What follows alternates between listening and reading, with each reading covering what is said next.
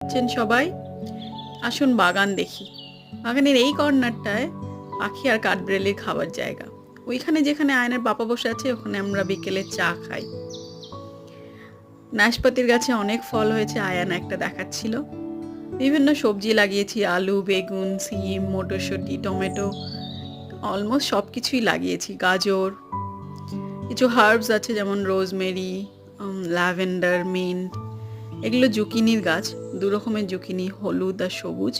Blueberry অনেকগুলো পেকেছে, খাওয়া হয়ে গেছে। ব্রোকলি, সিমের ফুলগুলো অদ্ভুত লাল রঙের আর ফলগুলো সবুজ। তাতে শসা হয়েছে, গাজর। আর ওই কুমড়োর গাছটার সব পাতার নিচে নিচে ফুল ধরেছে, কতগুলো হবে জানি না। এই সাইডটায় সুইট কর্ন আছে। আর লনে আয়ান আর আয়ানের পাপা ফুটবল খেলে।